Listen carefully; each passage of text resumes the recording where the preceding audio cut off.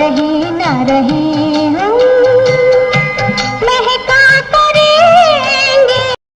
बॉलीवुड की खूबसूरत और दमदार अदाकारा जिनका नाम बंगाली फिल्म और बॉलीवुड फिल्म नंबर 1 पर आता था। तेरे बिना जिंदगी से शिकवा तो नहीं। अच्छी अदाकारा होने के साथ साथ सादगी की मिसाल, जिन्हें ऑस्कर पाने वाले जैसे निर्देशक और राज कपूर जैसे निर्देशक अपनी फिल्मों में लेने के लिए बड़े ही उतारू रहते थे।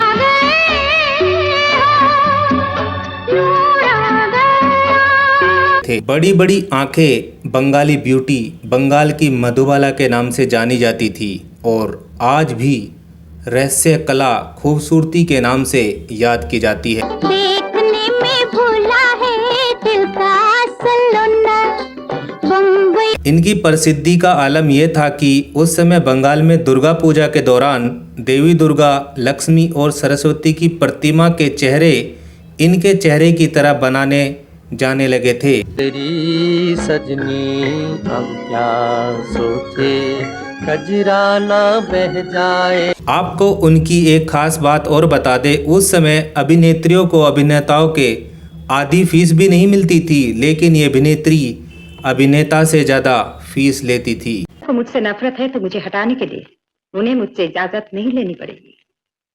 जनता काम और कर्तव्य दोनों। क्या आपको पता है इन्होंने दादा साहब फाल्के अवार्ड जैसे को भी ठुकरा दिया था। आपको यकीन नहीं होगा, जब ये 15 वर्ष की थी इनका बाल विवाह कर दिया गया था। 16 वर्ष की आयु में ये एक बेटी को जन्म भी दे दिया। इसके बाद फिल्मों में आई और धूम मचा कर जो तुम्हें नहीं करना चाहिए।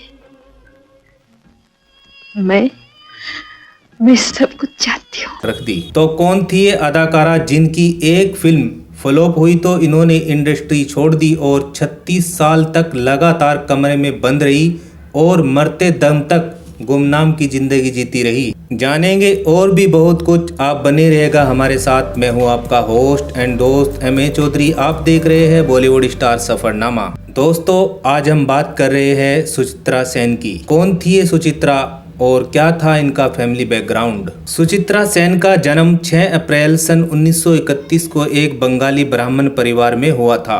इनका परिवार आज़ादी से पहले बंगाल के पबना जिले में रहा करता था, भांगाबाड़ी गांव में, लेकिन 1947 में पाकिस्तान वाले हिस्से से लौटकर ये भारत वाले हिस्से में पश्चिम बंगाल में आ गए और बाद में वो बांग्लादेश बन गया। इनका रियल नेम रोमा दास गुप्ता था। इनके पिताजी का नाम करुण मयंक दास गुप्ता, जो कि एक स्कूल के हेडमास्टर थे। 8 भाई बहनों में 5वें नंबर पर ये आती थी। स्कूल की पढ़ाई पबना के गर्ल्स स्कूल में हुई, लेकिन विभाजन के बाद 1947 में कम उम्र में ही इनकी शादी कर दी गई, जो कि उस समय ये 15 साल की थी। उस समय ये रिवाज था कि बाल विवाह आम हुआ करता था।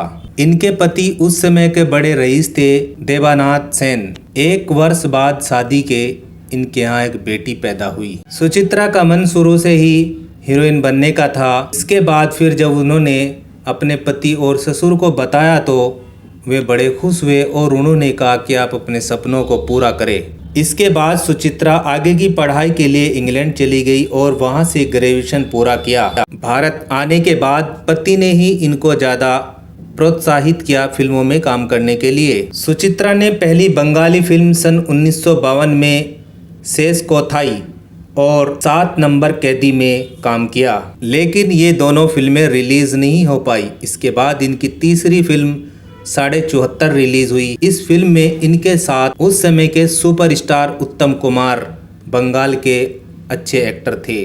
उत्तम कुमार के साथ लगातार इन्होंने 20 साल तक फिल्में बनाई।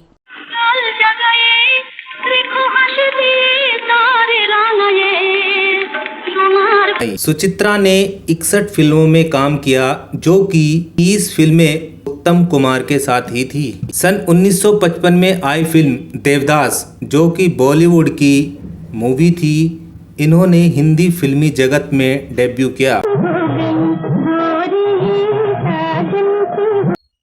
मुझे बिल्कुल भूल गई हो। तुम जैसे चंचल चिताग्नि पर मुझे कोई विश्वास नहीं।